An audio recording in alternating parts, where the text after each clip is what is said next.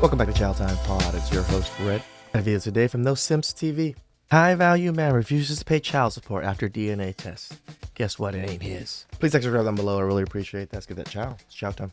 In today's video, we take a look at a man who refuses to pay child support for a kid, not his, and this man here who leaves his bride at the altar after she did this. But before we jump in, please make sure to subscribe the channel and turn on the bell notification.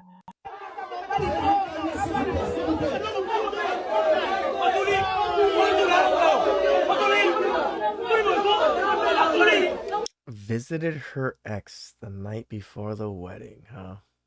I wonder what they did.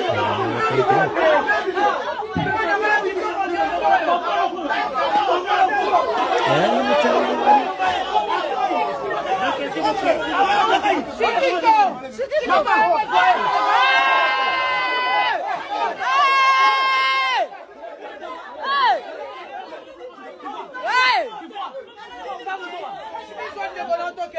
and she's crying.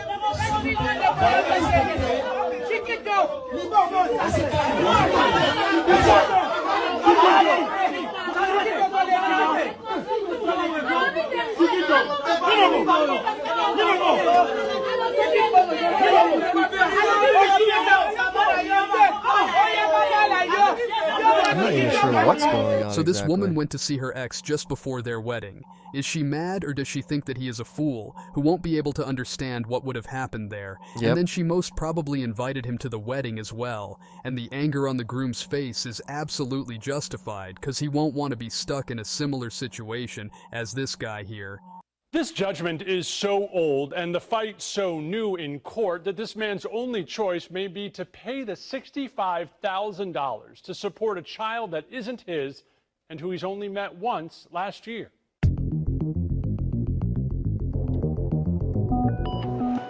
Gabriel Cornejo came to Harris County Family Court hoping he wouldn't have to leave common sense at the door. I've never thought that in my life I would have to defend myself for something that I'm innocent of. Cornejo is a father. He's raising his 3 kids and 2 of his brother's children. But last year tells us a deputy showed up at his door with... This man's a hero. He's taking care of his own 3 kids and taking care of his brother's kids. I'm assuming his brother passed or some way, shape, or form. The man's taking care of 5 kids. Court papers claiming the state of Texas thinks he has another child.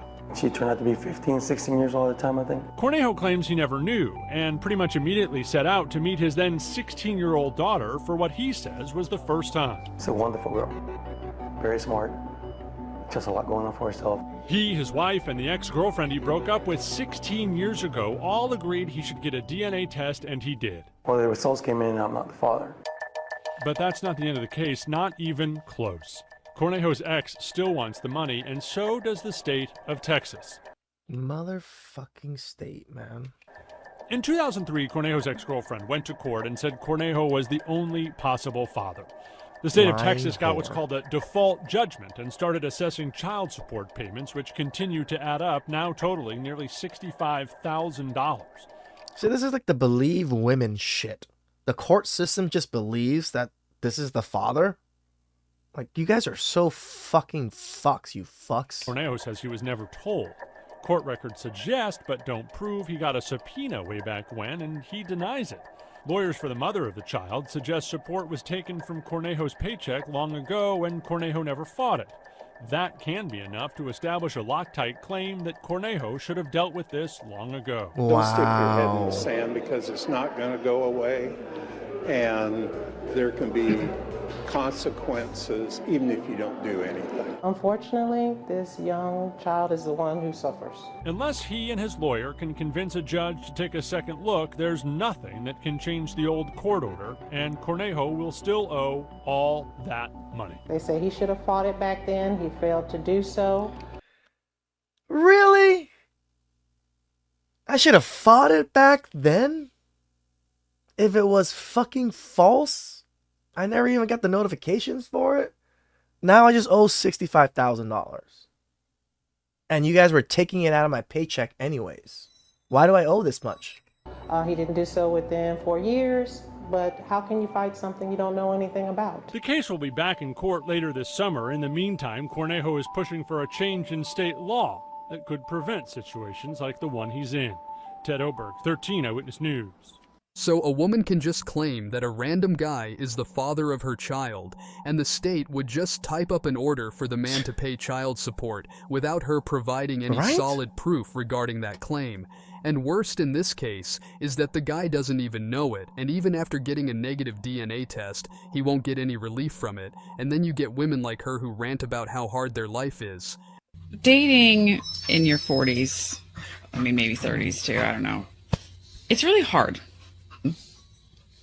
I feel like that, you go in and at this point, everybody has baggage, right? You've lived your life, you've been dating for most people for half your life, or been in some kind of relationship, or taken a break from relationships. And a lot of times by this point, you both have kind of gotten set in your ways, or you're used to things a certain way. You know what you want, but then you also, maybe want a relationship too. So then it's like you try to be agreeable, or you try to find someone that... And this is why the leftover women that hit the wall are so difficult to deal with. They can't change. They're stuck in their ways. Even if she wants to be agreeable, it's hard for her. You'll work well together, like the perfectly imperfect, right? But it is so hard.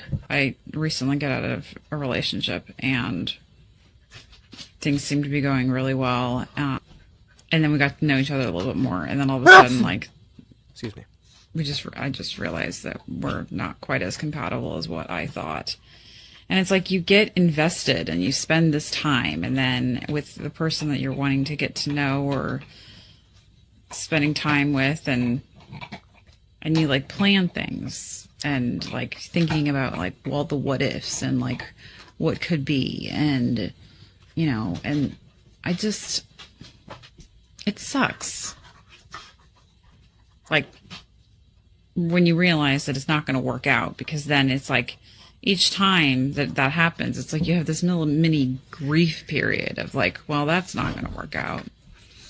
And I can see why sometimes when people are just they don't want to go through it anymore, and they're just yeah, I'm done with dating. But then I'm so the alternative is then you get to this point of where at this age, most people, they're busy with their significant other. So whether they are married or in a serious relationship or have kids or families, whatever.